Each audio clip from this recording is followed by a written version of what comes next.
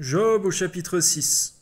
Job prit la parole et dit: Oh, s'il était possible de peser ma douleur, et si toutes mes calamités étaient sur la balance, elles seraient plus pesantes que le sable de la mer.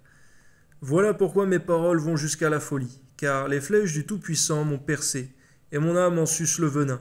Les terreurs de Dieu se rangent en bataille contre moi. L'âne sauvage crie-t-il auprès de l'herbe tendre? Le bœuf mugit-il auprès de son fourrage?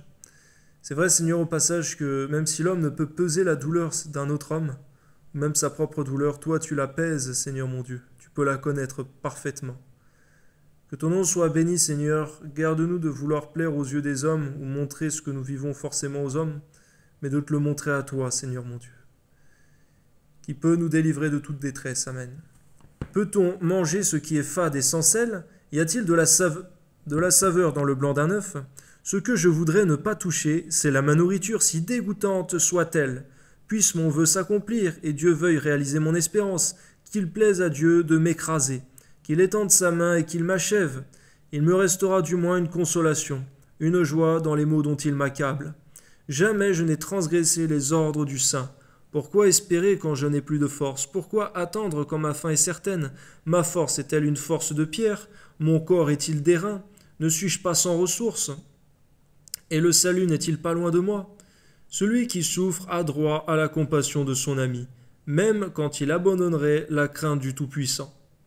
Mes frères sont perfides comme un torrent, comme le lit des torrents qui disparaissent. Les glaçons en troublent le cours, la neige s'y précipite, viennent les chaleurs et ils tarissent. Les feux du soleil et leur lit demeura sec. Les caravanes se détournent de leur chemin, s'enfoncent dans le désert et périssent. Les caravanes de Théma fixent le regard. Les voyageurs de Séba sont pleins d'espoir. Ils sont honteux d'avoir eu confiance.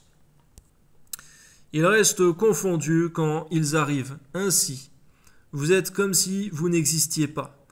Vous voyez mon angoisse et vous en avez horreur. Vous ai-je dit, donnez-moi quelque chose, faites en ma faveur des présents avec vos biens?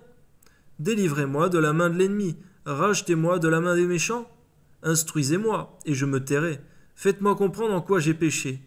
Que les paroles vraies soient persuasives. Mais que prouvent vos remontrances? Voulez-vous donc blâmer ce que j'ai dit? Et ne voir que du vent dans les discours d'un désespéré?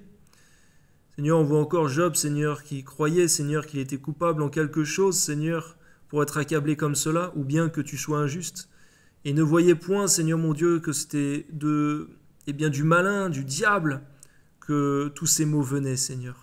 Donne-nous encore beaucoup de discernement par ta grâce. Amen.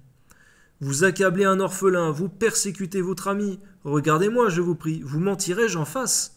Revenez, ne soyez pas injuste. Revenez et reconnaissez mon innocence. Y a-t-il de l'iniquité sur ma langue, et ma bouche ne discerne-t-elle pas le mal?